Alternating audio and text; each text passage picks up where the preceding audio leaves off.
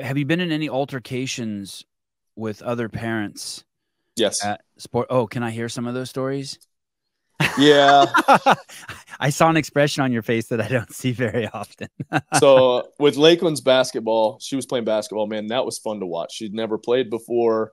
She went to one practice. So first game, super raw, just very like run to the block, that type of thing. And then to watch her kind of just blossom into what's the block?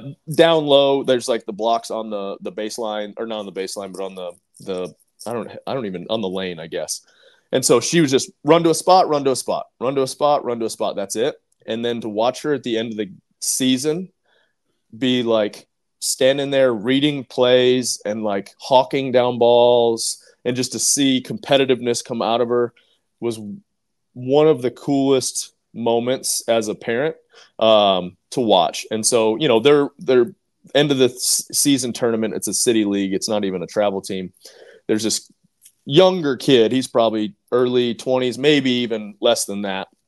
But he is freaking out at every referee call and kind of yelling, not necessarily at our girls. It's 9-year-olds, 7, 8, and 9-year-olds, and kind of He's yelling the coach for the other team, Rich? No, he's in the stands. And so he's just, everything is, you could call a foul, you could call a walk, you could call a double dribble, you could call anything on any play throughout this whole game, right? And so everybody's kind of like mumbling under their mouth, like, hey, man, this guy's annoying. Like, just keeps going. Both teams that are waiting to play. And finally, I was like, hey, man, cheer for your team. And that's it. Like, don't talk about our girls, and we can call foul any play. Well, then the whole place sounds like you could drop a pin. And my voice is loud and kind of carries. But my thing is like, yell at, like, cheer for your team, do whatever. But they're 7, 8, and 9-year-olds. Don't yell at our girls. And so, Fair. Yeah. And so it got a little bit more escalated when I guess an uncle or somebody got involved. My brother-in-law got involved, and it eventually de-escalated. But the guy's like, oh, just because you're Rich Froning, you think you can talk to people? And everybody else around me is like, thank you. And so it was, happens. Wow, that's interesting. He used that. That's going straight to victim. So he was tough Straight guy, to and it. then went straight to victim. Yeah. Straight to victim. Isn't that amazing? The loudest guy at the place, the second you push back, he goes straight to victim. Yep. So it is what it is. Did he have a kid out there? I don't know if it was a niece, kid, sister, or something, but yeah. Was Hillary at that game? Oh, yeah.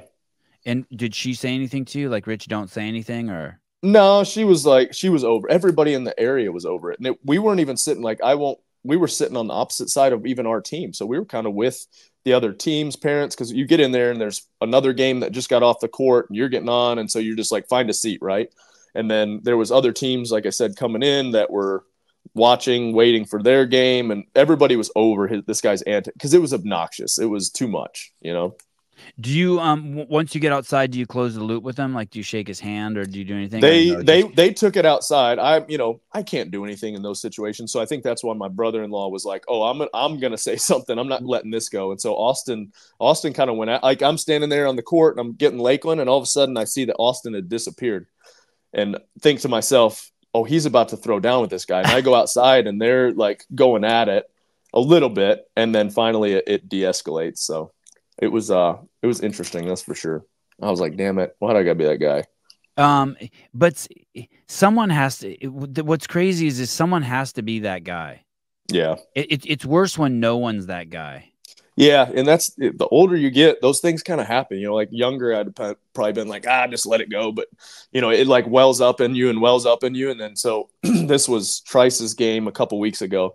And this is funny because the guy that I said this to, we have some miles together, and he's a really good dude, and goes to the gym. And so wait a second, the guy you said what to? The guy? This is another story. So this happened a couple weeks ago, right? So I'm coaching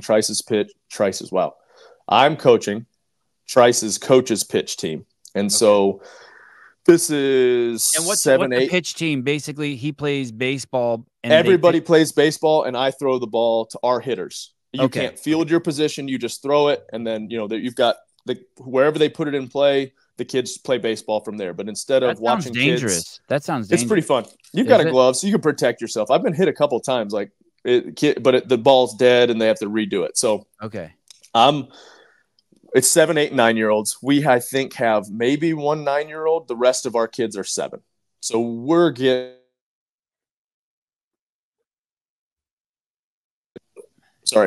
our shit pushed in, for lack of better terms, every game. I mean, run ruled before we even get through one time through the lineup. Like, they're just really young. And so you can only score 7 runs an inning. And so my buddy's coaching this other team, or helping coach this other team, and he's coaching third base. They're up, I want to think, 15 runs or something like that. So it's going to take us 2 innings, even if we have the best inning possible, to even get close, right? Right.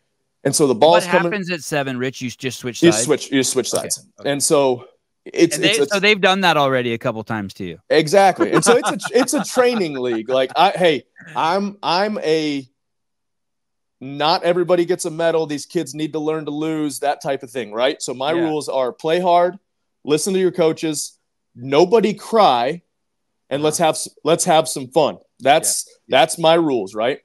And so we'll get the ball into the infield, and we kind of have a kid that at catcher, if you throw it to him, maybe 25% of the time he's going to catch it. That's just what we've got, right? So the ball will come into the infield, and most levels of baseball, you're not going to run from third, right? So he's just sending kids around third, and he keeps sending them, and and it's starting to well up in me. And, like, we're down bad. Like, there's no chance we're going to catch him. And finally, I'm like, Ben, how many runs is enough, man? He's like, what?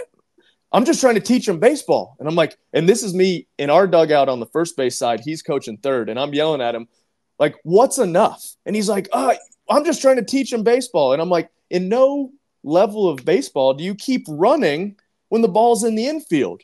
And so eventually he comes up after, he's like, I'm sorry, man, I just got caught up, and blah blah blah, I'm sorry. And he apologized, and he's texted me a couple times, and I've seen him at the gym, and he's a good dude, so there's no like ill feelings. But I was hot, because these kids are just getting their brakes beat in. We're getting one at bat before they call the run rule of like 15 runs and however many innings. So it's just, and then they'll say, oh well, we'll turn the scoreboard off and let your kids hit around. And no kid wants to do that. As soon as the scoreboard's off, the kids are like, oh, we lost again, so it's just hard. And so we finally won a game the other night, and watching those boys, like, there was another team that was super young, and it was back and forth, and we won by, I think it was 1 run. And after end of the game, they're doing flips in the outfield and stuff. And so that makes it worth it. Cause at the end of every game, I'll do a little speech. Hey, you guys played hard. You listened. Nobody cried. And did you have fun? And they're always like, yeah. And I'm like, what would be more fun? And they're like, what? And I'm like, if we win. And so when we finally won, they were like, this is awesome. We should win more often. And I'm like, finally, it clicked. So, and then we got beat 15-0 last night. So it's what it is. What's the worst loss you guys have had? I think probably last night, 15-0. They were, man, they hadn't played in a week because of rain. And then they found out they were getting out of school today because of flooding. And so they were just not in it whatsoever. At that age, you can tell in warm-ups how good the night's going to go. And last night went about like you think it would when I said all that stuff.